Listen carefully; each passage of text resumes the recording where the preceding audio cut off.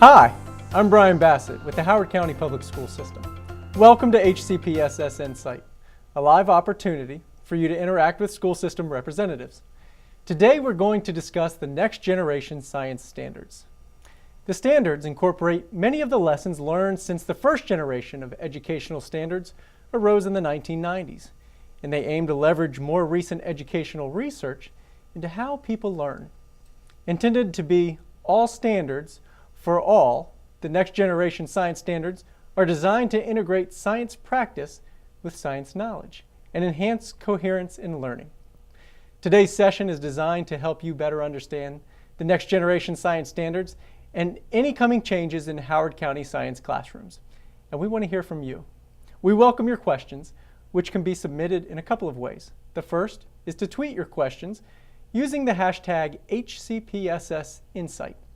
Remember to include the hashtag on your tweet or it won't appear in our feed. You can also submit a question by emailing it to insight@hcpss.org. As questions are submitted, we'll do our best to combine similar questions so we can get to as many as we possibly have time for. If your question's not answered during today's program, we'll do our best to email you a response. With me today are Amy Reese, the HCPSS Coordinator of Elementary Science, and Mary Weller, the HCPSS Coordinator of Secondary Science. Amy and Mary, thank you for joining me. Thanks for having us. Great to be here. So before we start, I did a little digging, and I want to go a little bit deeper into credentials for these two, okay? So we'll start with Amy. Amy, beyond being the coordinator of elementary science, has spoken at a number of conferences, including the National Science Foundation Early Childhood and STEM conferences, and was a speaker at the Ready at 5 statewide early childhood nonprofit organization, and served on the MSDE Early Childhood STEM work group. And now we'll pick on Mary. We'll share some of her additional credentials. Beyond coordinator of secondary science, Mary was the director for District 3 of the National Science Teachers Association, or currently is the director. That's correct. Served as president of the Maryland Science Supervisors Association and the Maryland Association of Science Teachers, and currently serves on the executive board for the Maryland Science Supervisors Association, and served on the Maryland Next Generation Science Standards Review Team and Leadership Team. Yes. Now, I don't usually do that, but I thought today it would be nice to just share that you're going to talk about these standards, and you've been an integral part of the standards and of science practice throughout not just Howard County, but the state. Great. Okay, so let's start. Amy, let's start here. Okay. Before we get into the standards, can you just share the vision of the HCPSS science program? Absolutely, and if you want to pull up that slide 1, Mary and I believe very strongly that every child has the ability to be a scientist. Mm-hmm. And whether or not they choose to take that path, we want them to have the ability to do so if they choose. So on the slide you see all students become scientifically literate citizens in a global community. And that's really important because we're looking outside of just Howard County. Mm-hmm. We're really looking at students being part of the global community. And as a result of our rigorous and engaging science and engineering instruction, it's equipping them to pursue science if they choose. You know, all students are going to have to, at some point in their life, have the ability to make decisions based on their scientific knowledge and how they gather information, how they're seeking questions and answering the questions that they have. And we want to make sure children are ready for the world around them when they grow up. Mm-hmm. Mary, let's get into the standards. What are the next generation science standards, and who are they developed by? So the next generation science standards are quite a collection of what students ought to know, mm-hmm. as well as how students ought to go about getting to know what's important in science. And the next generation science standards are, as you mentioned in the introduction, built upon and actually different than our first generation of standards in education. And yet they're not so far removed from it either. So okay. They really build on what we learned through that first foray into standards. So let's, if we can think about what that first foray into standards was like. In the early 1990s, mathematics, science, lots of other content areas within education began to develop standards in an attempt to define the floor of what students ought to know and be able to do. And those standards, in many cases, were distilled down into lists of know these things. The Next Generation Science Standards recognizes that shortcoming in the standards and goes about making these new standards or performance expectations three-dimensional in nature. So that is to say that the Next Generation Science Standards combine practices of science and engineering, the content of science, what are known as disciplinary core ideas of science, and then also cross-cutting concepts of science. These are really big ideas of science, ideas that really connect and tie together all different disciplines of science. Now, Next Generation Science Standards were developed through a multi-step process and engaged a lot of different stakeholders in their development.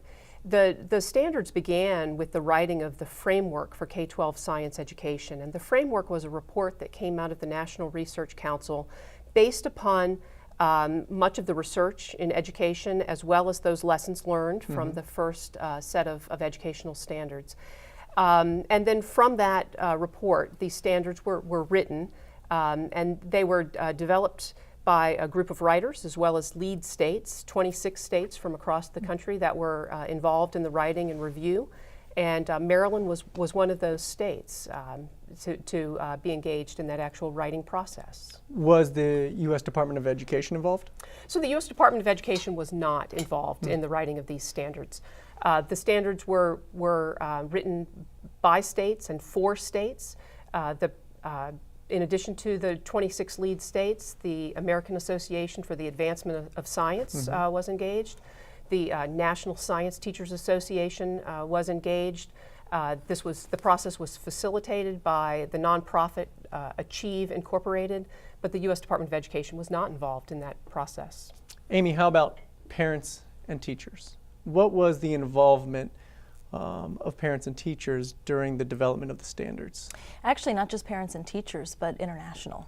This was the first time that standards were open for public comment. So when Achieve began working on these standards and drafting them, they were actually open for public comment online 2 different times, and they took feedback. So not only did parents and students and teachers and curriculum members from all over the country and all over the world have an opportunity to respond and to review them and ask questions, but even scientists from around the world who had questions in different countries were very intrigued.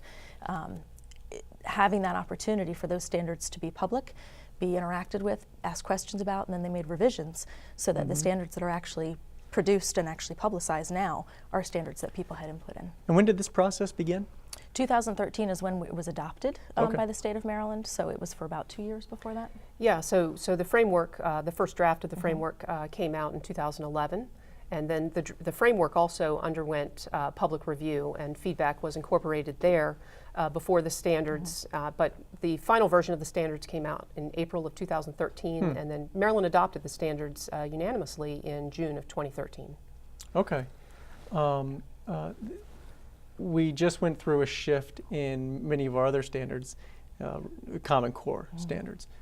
Are Next Generation Science Standards tied to the Common Core? So they're not tied, and yet they are aligned to the Common Core state standards. Those were independent processes that happened at different times and for different reasons. And yet all of this movement to define standards is all about enhancing the educational experience for children all across the country. Yeah. So one of the opportunities that was recognized with the writing of the Next Generation Science Standards was to make that alignment to Common Core State Standards in mathematics as well as the Common Core State Standards in English Language Arts. That's especially true or important, I think, at the elementary level, where teachers are teaching children using all of these standards. So let's look for opportunities where we can connect and we can give students really rich learning experiences that meet all of these different standards and help students to become literate individuals at an appropriate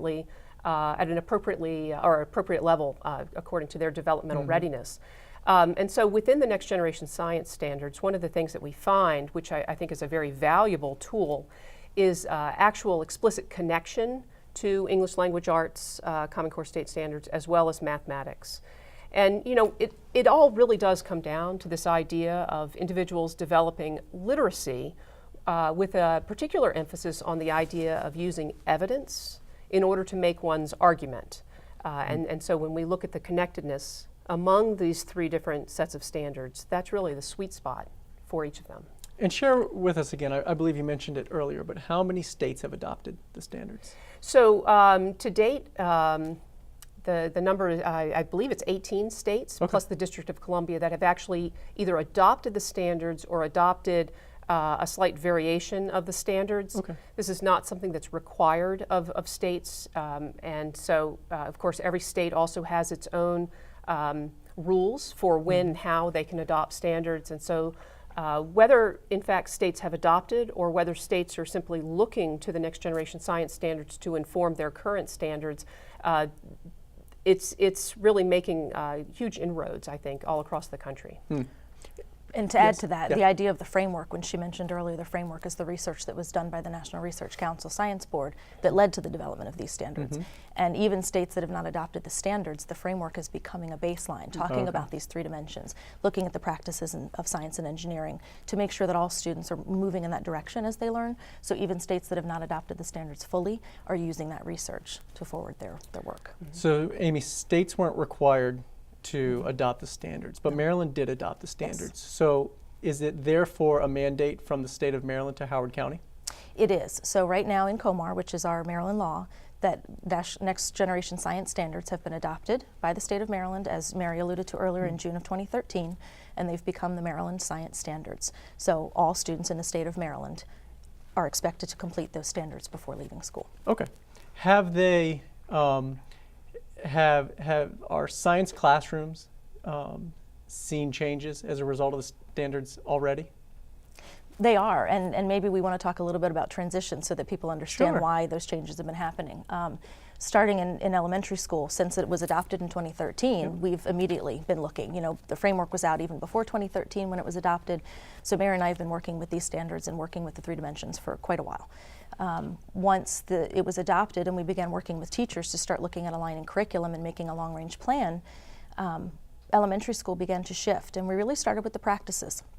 Because again, it's that idea of making sure that students are thinking like scientists, that they're doing work that is not just a teacher demonstration, but really looking at engaging themselves in that practice. What questions do they have? How can they begin to investigate? What evidence can they gather? And then how can they prove their thinking and make claims and use evidence to support their claims? So as early as kindergarten and pre-K, students are starting to use these practices. And another thing to point out is that these practices are K-12, that they really are an end goal. So the things that I'm doing with students in elementary school, Mary is also having students work with in high school. So it's the same expectation.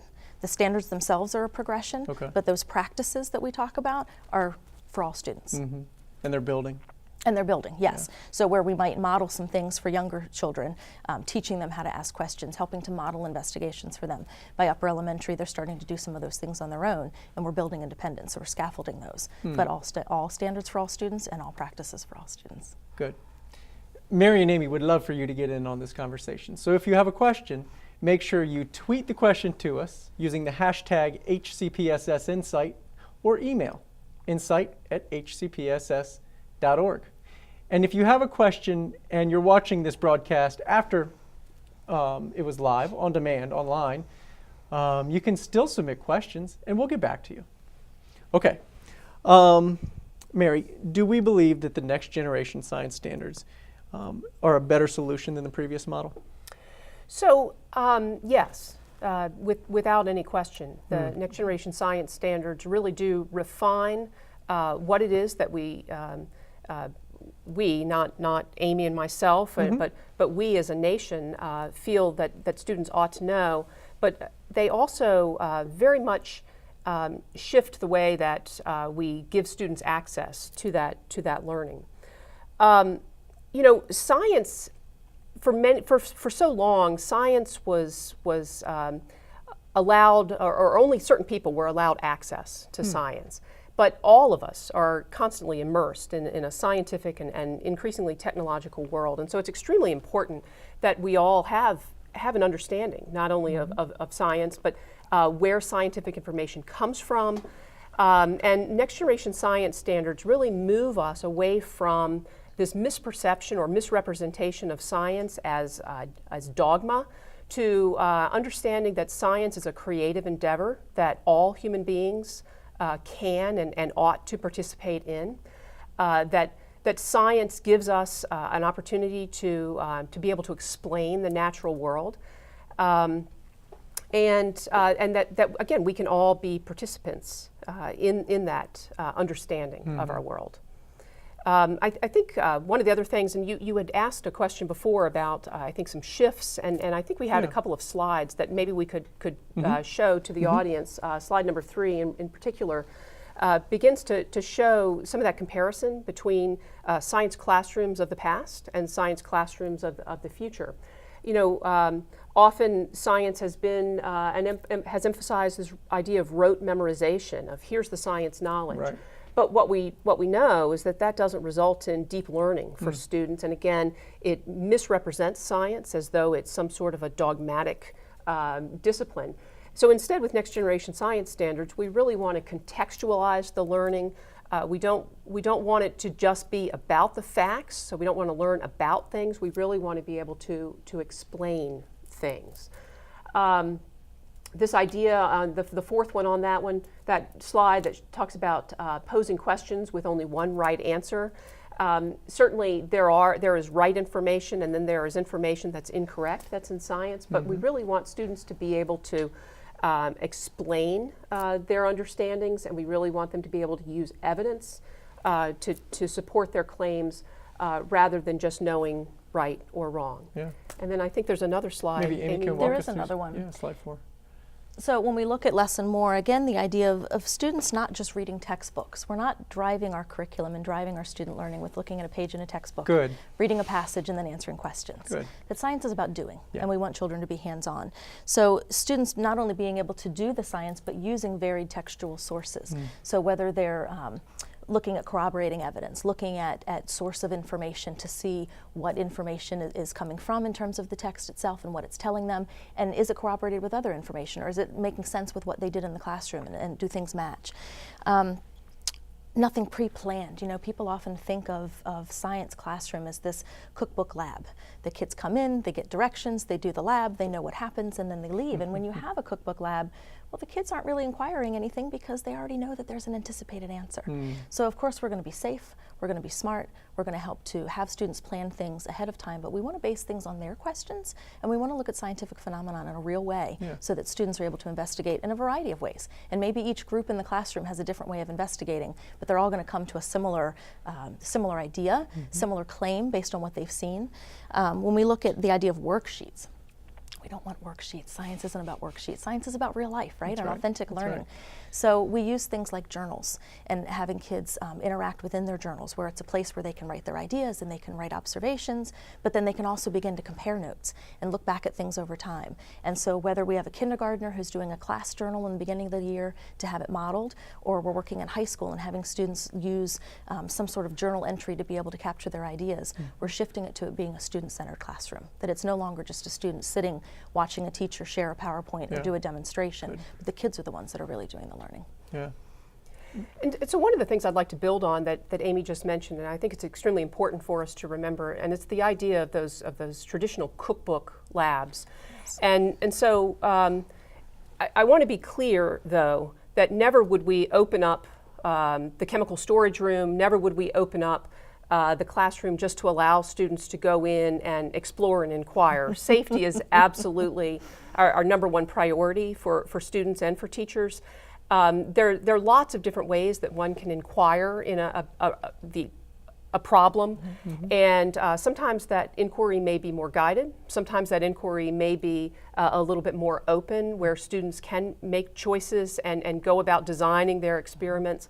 And we're so fortunate that our teachers in our schools understand that inquiry continuum, and then can put students into the right place on that continuum so that their learning can be optimized, but always safe. Well, we've got the best teachers, right? Absolutely. So that's We have already a the given. best They're our teachers. best staff, right? Absolutely. Right. So we have a question from a community member.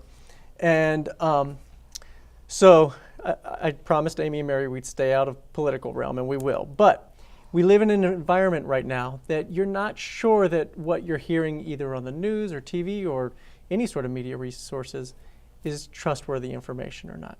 How can we leverage science and our science classrooms to help our students be able to think critically?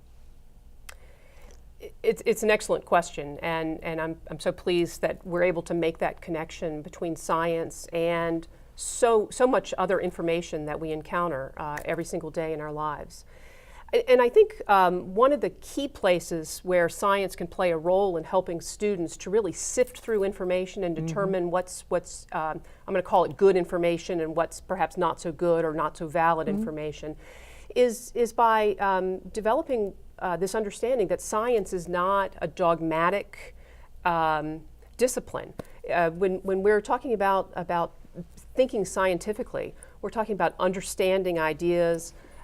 Scientists have certain ways in which they go about doing their business, and that's very important for students and for all of us to understand that before scientific information is published, that information is rigorously reviewed. It undergoes a peer review process.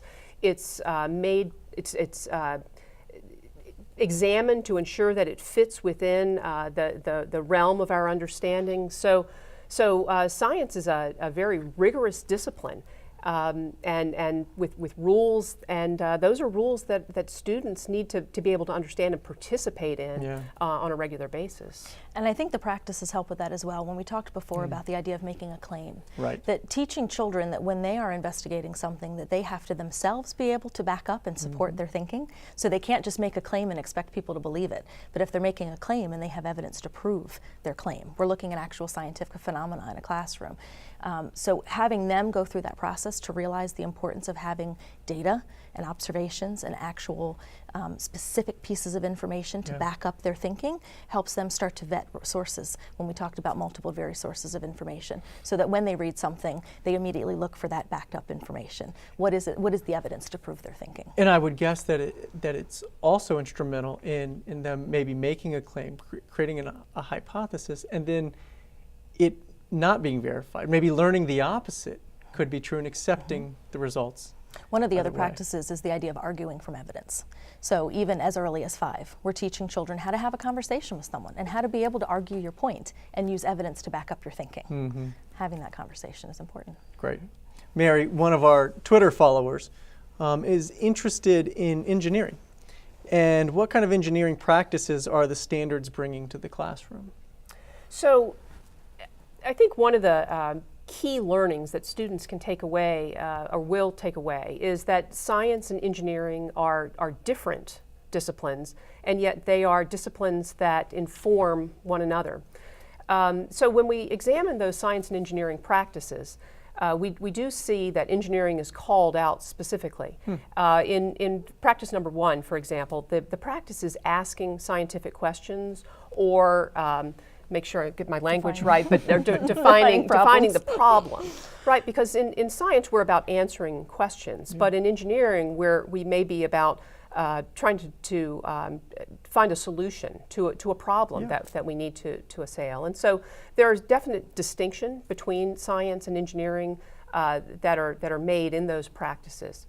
And I think another learning that students will take away is how science and engineering can inform one another. Often engineering will lead us to more scientific inquiry, just as scientific inquiry may lead us to realizing that we've got more engineering problems that we need to overcome. So these two disciplines are distinct, but definitely linked. And I think one last thing that I'll mention is that this is really about engineering literacy, so helping us as citizens in our everyday life understand what engineering is, understanding what engineering may not be, and hopefully helping students to realize, hey, I can be an engineer, and maybe I wish to study engineering at a higher or deeper level. So many students in the past have not even known what engineering is, and so why would I want to study that? Well, now let's help students to understand that this is a real option for you, regardless of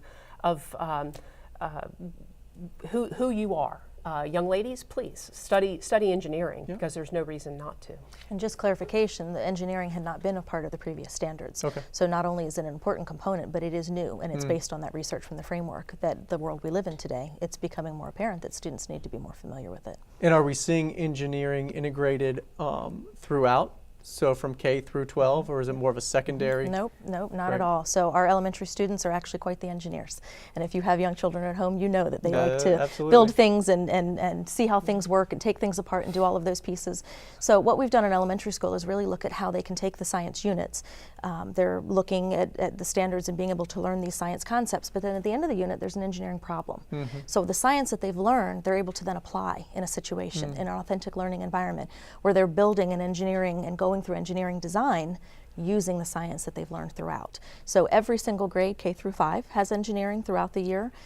Some of them do full-blown engineering projects. Some of them have pieces where they might look at a piece of engineering and actually begin to work on parts of the engineering design process to ask questions about it or to imagine what they could do further. Yeah. Well, I'll brag on my 4th grader here for a minute. She built a heck of a toothpick bridge earlier this year, and loved it.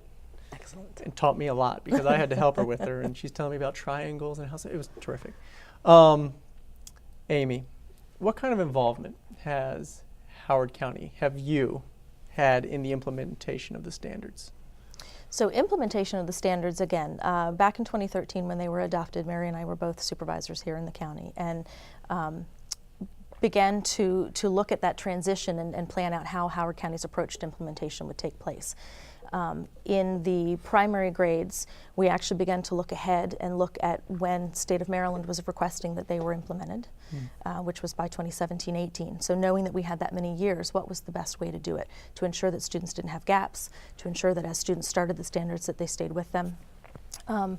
We've worked with MSDE, we've worked at the State Department. Mary's had many roles to play as Maryland being a lead state in the idea of review of these standards and looking at these standards and how they've rolled out and becoming leaders in Maryland in terms of how we're implementing them within the state and transitioning to them. In elementary, we started with kindergarten and 3rd grade, and that way the year that kindergarten began those standards, they stayed with those standards every year throughout. So K and 3, and then 1st and 4th grade transitioned, and then 2nd and 5th transitioned, which is this year. So this year's current 5th graders have actually had the new standards since 3rd grade and are ready for middle school, which is also transitioned. So I'll let Mary talk a little bit about secondary. Well, and Mary, and perhaps go ahead. also you served you serve on the Maryland Next Generation Science Standards Review Team and Leadership Team. So what did your work there entail? So that was interesting work. The group of people that were brought together by the State Department of Education to serve included business leaders, educational leaders, including a superintendent of one of the districts, higher education personnel, and State Board of Education members, as well as many K-12 personnel, which included teachers as well as supervisors. And the work that we were doing is that we were reviewing the standards as they were coming out of the writing teams and providing our input into their structure, into the wording, into the content, ensuring that they were consistent with what the framework was telling us, and ensuring that they would, in fact, make sense for us within our state. We were able to provide that feedback on a regular basis to the writing teams, and then that information was incorporated. And so I recall during that year that we were reviewing that what we saw come out from the writing teams initially was in fact quite different than what was eventually published in 2013. As Amy mentioned earlier, there were also opportunities for public review. And so whereas there was an internet link that anybody could comment on the standards, we also brought together teams of teachers within the system to review those standards and to provide feedback in a way that represented our thoughts and our expertise within the Howard County Public School System. We have a question from a viewer through email. Okay. And I think this will eventually come to you, Mary, but I'll get through the question and we'll see how it falls. This viewer is concerned that in elementary school, perhaps students may not be doing as much independent work, and in high school, they're expected to be more independent explorers and thinkers. And and this viewer is concerned about the middle schooler being caught in the middle of maybe less independent work to that transition of being more independent. So perhaps we start with elementary and the notion that maybe they aren't as independent as high schoolers. And perhaps they're not, but maybe there is a growth process there. So maybe we can work through that. Absolutely, and there certainly is a growth process, as you said, a progression. Our kindergartners are not just thrown out open-ended to go investigate something and figure out how things work. So in primary grades, K to 2, there's much more scaffolding, modeling, giving children opportunities to do things on their own independently, but after having experienced it, after having seen a teacher work through a problem with them or work through an investigation with them.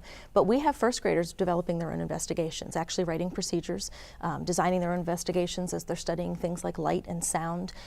So again, going back to the safety issue, we always ensure that students are safe with the materials that are available, but we want them to be independent. And so the whole point of elementary is that we are guiding them through those practices to become more independent so that they are prepared. One of the things that Mary and I pride ourselves on is that our PK-12 science program is a transition, that we have worked very hard to make sure and continue to work hard to make sure that our students, when they leave elementary, are ready for middle, and so that those middle school students are ready for high school and beyond. So Mary, the middle schoolers, what are our middle schoolers doing to prepare for that independent thinking in high school? So middle schoolers, I have one at home. And so Me too, aren't we lucky? Yes, absolutely. I love my middle schooler and I love my high schooler. And but it's such an interesting time because they certainly think that they're ready for a lot more independence than they might actually be ready for. But you know, I think that that's where the expertise of our teachers is so important, who understand the growth and the development that occurs over those middle school years. And so students within the middle school are dealing with ideas of science that are really bridge between the more concrete within the elementary and the more abstract within the high school. And I appreciate that because I think that's really what our viewer's question was getting at. That was a good way to word that. Yeah, and that's one of the things I really appreciate about Next Generation Science Standards is that ability to deal with abstractness is recognized, that not all students are ready to do that at a very early age, but it may be a very developmentally appropriate opportunity for students at the high school level. And you know, I don't know that we've always recognized that when it came to science. We have in the past often asked our middle school students to know about the cell, which is pretty abstract for all of us, really. And so students are pretty good at defining different organelles within the cell, but do they really understand is the question. And generally speaking, they don't. And so we need to wait until they're developmentally ready to deal with that sort of abstraction. And so students in the middle school years, which I think was also a part of your question, and which I'm excited to talk about because the students are doing some really exciting things. But as Amy was describing earlier, they are working in project and problem-based learning units where these problems are presented to the students at the beginning of the learning cycle. And then the students go about pursuing the solutions to these problems, whether it be that we're going to design and build a coaster car that's going to meet certain criteria and also fall within certain constraints, or whether we're working on developing an emergency plan for an adverse weather situation, which is a 6th grade learning opportunity. But students are using those practices of science and engineering at developmentally appropriate ways in order to go about learning content that is also developmentally appropriate. Great. I can address that too. The idea of developmentally appropriateness, there is an intentional progression. You know, as we said, NGSS is a K-12 set of standards. So the things that elementary students are doing are truly foundational and laying the groundwork as they progress through the grades. So where we might have a 1st grader that's learning about weather, but then in 3rd grade they start learning about severe weather, they're going to come back to that again when they start doing earth and space science in later years, because we've built the foundation of the content they need to understand at a developmentally appropriate level and allowed them to interact with those practices and start becoming more independent scientists and thinkers, so that as they get older, they have something to base it off of. Yeah. And not to belabor the point, but I do want to bring it back to the skill and the expertise of teachers at each of the levels. And so one of the opportunities that Next Generation Science Standards has presented to us is this opportunity to ensure coherence across all of the various grade levels. And so we have been very deliberate about encouraging and supporting teachers of different levels to talk with the teachers of the level that precedes them. It's extremely important that students have a seamless transition from middle school to high school, for example. And so our high school teachers have been so diligent about learning what is it that the students are bringing with them from the middle schools, and then how do we build upon that so that students are constantly progressing. Yeah. We love the questions. Please keep them coming. If you're on Twitter, you can tweet us using the hashtag HCPSSinsight, or email us at insight@hcpss.org. We've probably got about 15 minutes left that we can take your question. So Mary, let's move on to high school courses. What changes will we be making to the high school course offerings, and then the sequence of those offerings? Right. So the high schools have been a little bit slower to transition to Next Generation Science Standards, and that's a lot of reasons. One is that we want to make sure that students are ready for this new sort of learning environment and the new expectations that come with Next Generation Science Standards. And so we've focused our efforts initially at the middle school so that the students would be well prepared. Additionally, at the high school level, we have had in place a biology high school assessment, which is a graduation requirement, and that test will be administered for the last time this year to students, where participation in that test will fulfill the graduation requirement within the state of Maryland. And so with that test which is aligned to the old standards moving aside, now we're ready to really begin that transition at the high school level. And I think fundamental to this transition at the high school level is something that we've mentioned a couple of times already today, but it's important to mention it again. And that is the idea of all standards for all students. Right. And this has not always been the case. In the high schools, we've not had all students who have taken courses in or had exposure to standards in physics. We've also not had opportunity for all students to have exposure to standards related to the earth space sciences. And what Next Generation Science Standards, or more importantly, the framework for K-12 science education, make clear to us is that all young people need and deserve exposure to standards which in Howard County will make a continuum of standards from earth space science through the life sciences, through the physical sciences, which will include chemistry and physics. And maybe we can pull up slide 6. I think that'll help demonstrate this. Absolutely. So in slide number 6, we show two potential pathways, and we call them typical pathways for students at the high school level. And we define these pathways not because students must follow one of those pathways, but it just makes it a little bit cleaner in order to define these two potential pathways. The idea with these pathways is that all students will have exposure to the earth space systems science, all students will have exposure to biology, all students will have exposure to chemistry, all students will have exposure to physics.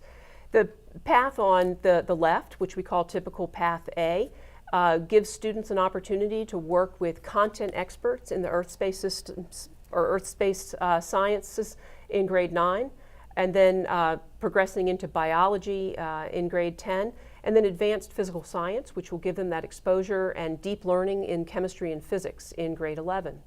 The path on the right, the biology GT course at the beginning, which will include earth space science concepts as they make sense within biology and related to biology. So those concepts will be integrated into biology GT. Correct. Okay. Thank you. Yes, they'll be interwoven within that biology GT course. And then we find with chemistry GT, again, earth space science concepts will be woven within the chemistry course. And then advanced physics 1, which is an algebra-based physics class. And will also include earth space science concepts so that students have that full exposure. A couple of important things to know, though, about these pathways. as I mentioned before, students are not locked into one of these pathways. Students can move across the pathway with the idea being that I, as a student, want to make sure that I have exposure to all three of those major disciplines: earth, space science, life science, and the physical sciences. And then the other key piece to this is that all students have access to the myriad science electives that are offered within our high schools. That includes all of the wide array of advanced placement courses in science, as well as our other electives, that some that are very popular, including forensic science or marine science, anatomy and physiology, and so on. Are we changing course names? And if so, is that going to impact college admissions? It's an excellent question. And so a couple of the course names have changed. One is from Earth Space Science to Earth Space Systems Science, to really emphasize the systemic and interrelationship among systems within the Earth and within the universe. And then this course called Advanced Physical Science is a new course that will be this combination or opportunity for students to access both chemistry and physics learning. And that's not a course that over the past 100 years has traditionally been within high school catalogs. So we're working with colleges and universities to ensure that they have a full understanding of what next generation science standards mean and what a course along those lines indicates on a student's transcript. It means that that student has had access to all of the next generation science standards, and that student is college and career ready in science. And we have a question from a Twitter follower. And what, I guess, when we go to the next level, how are the standards preparing students for AP courses? So interestingly, the advanced placement courses, which are written by the College Board, underwent this change towards next generation science standards before next generation science standards. And so we've actually seen a very significant transition in AP Biology, AP Chemistry, and in this new course, AP Physics 1, which was just introduced within the past 3 years. What we find is that at the advanced placement level, we're dealing with practices of science and engineering. They are the same practices that we find within next generation science standards. The numbers are a little bit different, but the ideas of those practices are identical. The advanced placement courses in science are also dealing with big ideas of science. When I took AP Chemistry as an example, I can recall needing to know a lot of minutiae in order to perform well on that test. The tests and the courses have evolved so that we're dealing with big ideas and making sense of big ideas in chemistry, as opposed to net ionic equations, which was a big part in the former AP Chemistry course. Well done, Mary. Take a break for a second. We'll move over here to Amy. Take a sip of water. Amy, we have a couple questions that have come in, one from Twitter, one email, and they're very similar. Okay. So maybe we can tackle them both here. How can parents support their students, particularly when we think about engineering practices, critical thinking, science investigations, those kind of things? How can parents support their child at home? It's an excellent question. First of all, just allowing them to be curious. Yeah. And that starts as early as infancy. You know, when kids are throwing food off a high chair, they're discovering gravity. So not getting mad that they're throwing that food, but allowing them to be curious about things and investigate things. You have a growth mindset, don't you? I have a growth mindset, I do. Good for you. So, you know, the idea that parents give children opportunities, and I often think Dr. Heidi Schweingruber is the director of the National Academy's Science Board, and she often talks about opportunity gaps. And that term opportunity gap meaning children having experiences, and if early on they don't have tons and tons of experiences to pull from when they're in science class, then they're at a disadvantage, because the older they get in science, they might not have a realm of understanding of what it is that they're investigating, of that particular scientific phenomenon. So the best thing that we can encourage is that you allow opportunities for your children. Take them on nature walks. Go to some of our local places that have opportunities for kids to go into a nature center to explore the world around them. Reading books, which, you know, we talk about discovering and investigating, but a lot of times books might introduce children to a concept that they've never known that was interesting before. And again, we're talking about younger learners, especially with books, because they might not be able to access the text themselves, but they can read at a much higher level, and you're exposing them to a lot of concepts that might lead them to questions. Encouraging your children to be curious. getting them to ask questions, getting them to wonder about things, but not always having to have the answer.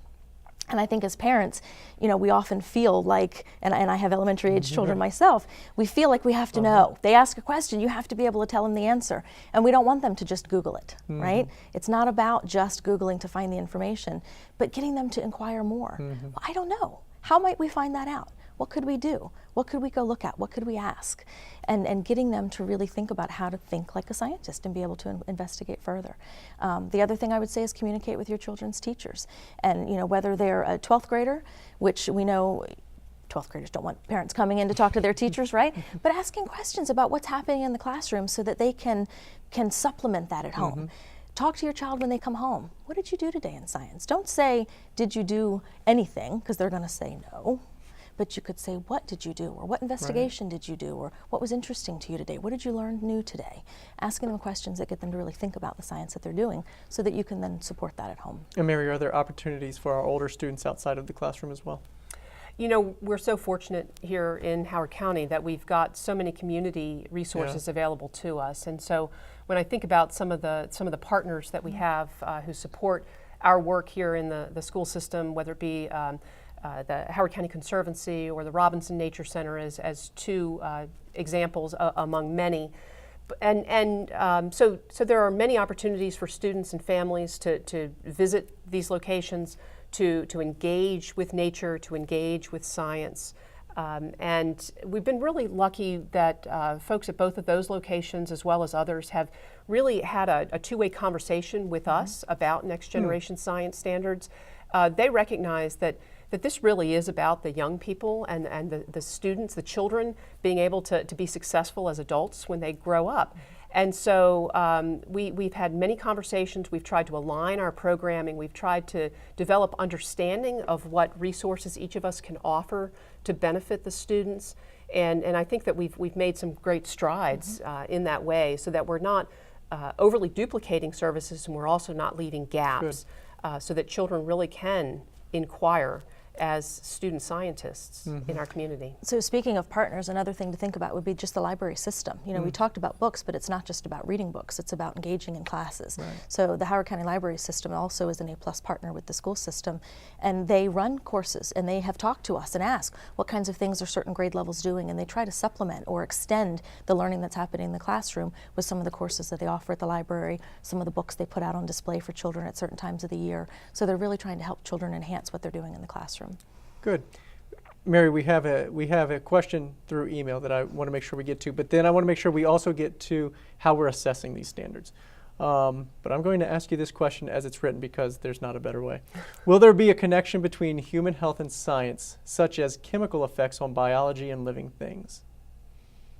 May I ask you to repeat that question, please? Well, right? See, I couldn't come up with better wording. Will there be a connection between human health and science, such as chemical effects on biology or living things?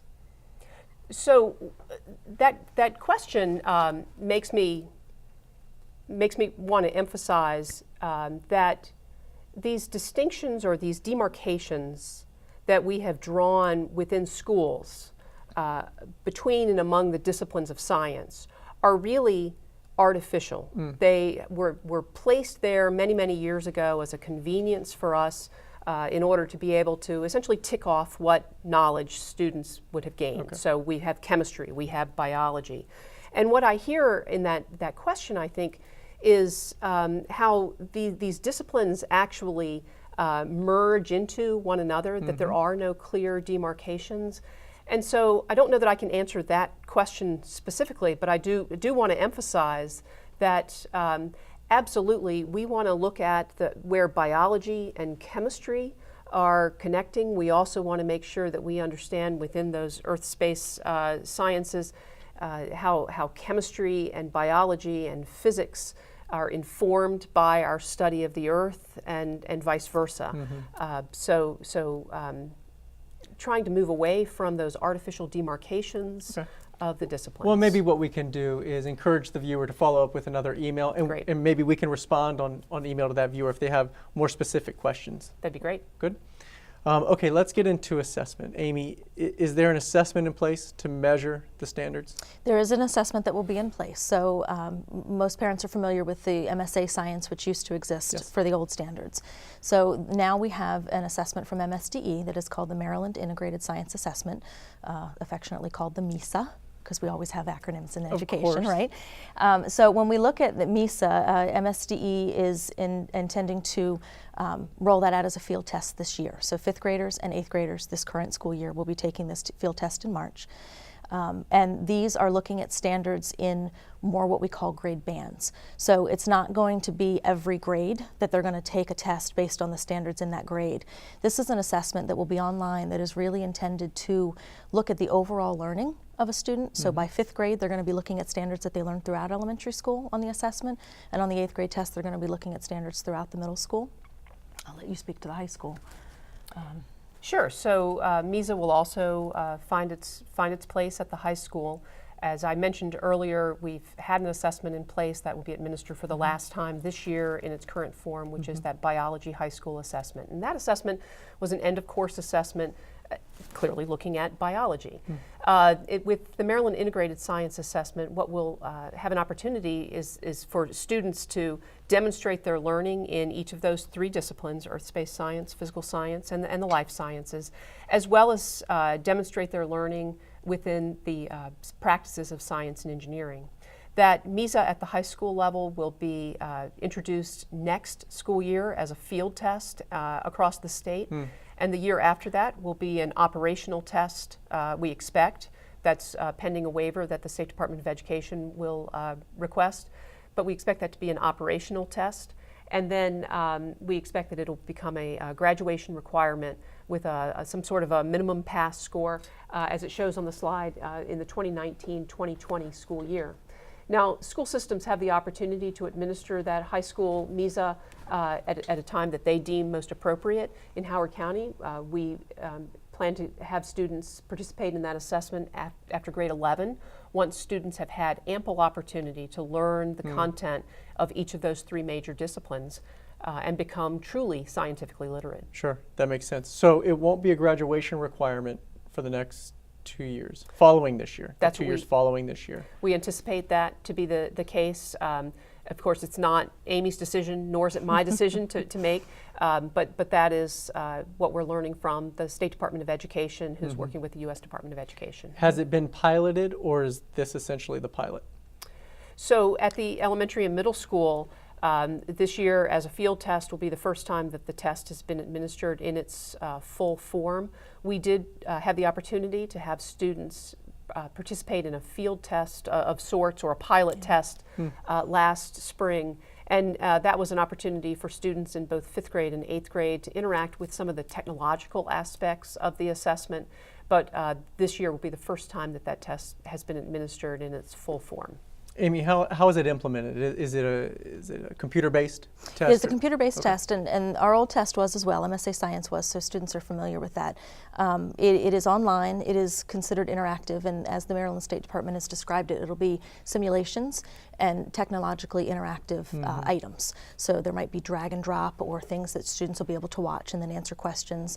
There'll be some selective responses. There'll be some fill-in-the-blank type writing responses that they'll be expected to answer, constructed response. Okay.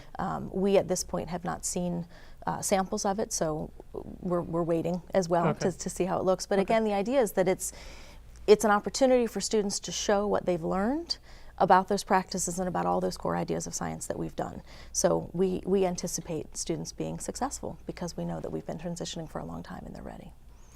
Mary, can we squeeze in one more question from a viewer? course. An email just came in. This will be the last question, and then we'll have to wrap up here. We're getting to the top of the hour. So again, I'll read it as they ask. And maybe we can go back to slide 6 for this as well. Is the elimination of high school honors biology part of this initiative? Are chemistry and physics only going to be offered as either GT or AP courses, or as a minimal baseline combined physical science course? So sure, if we can go back to slide number 6 just to show those pathways again. What we're trying to do with those 2 defined pathways is to give students full exposure to all of the standards within the Maryland Science Standards. all of the content as well as full exposure to the practices of science and engineering. And so these two pathways were developed based on important information that was included within Next Generation Science Standards. It happens to be in Appendix K of that document. But that deals with this conundrum of ensuring that students have that full exposure to all of those content standards, but within some of those limitations that exist across the country in terms of course names. And so the path on the left, typical path A, is what we call that domain pathway. The one on the right is called a modified domain, where the earth space sciences are integrated within the traditional courses. And I say traditional because they have been found within high schools across the country, but those traditional courses of biology, chemistry, and physics. So I think the question specifically asks about honors biology. That course is no longer within the catalog because it's redundant, and so students are being advised to enroll in biology GT if that honors biology was something that perhaps they would have enrolled in the past. And in terms of access to chemistry and physics, the Advanced Physical Science course will give all students that opportunity for exposure to chemistry and physics. And from that point, if students wish to go on to take those courses at the advanced placement level, then they'll be very ready to do so and to be successful. Good. Great. If you have follow-up questions, please email them to us, insight@hcpss.org, and we will definitely get back to you. First, I'd like to thank you both for joining me today. But that's all the time that we have. That's all the time that we have for questions. I'd like to thank all of you who joined us and submitted a question. And of course, thank you, Amy and Mary, and the terrific crew that we have here at HCPSS Insight. Please visit our website at www.hcpss.org to learn more about the Next Generation Science Standards. Or you can also visit the Next Generation Science Standards website at www.nextgenscience.org. So on behalf of Amy Reese, Mary Weller, and everybody who participated in today's HCPSS Insight, I'm Brian Bassett. Thanks for joining us.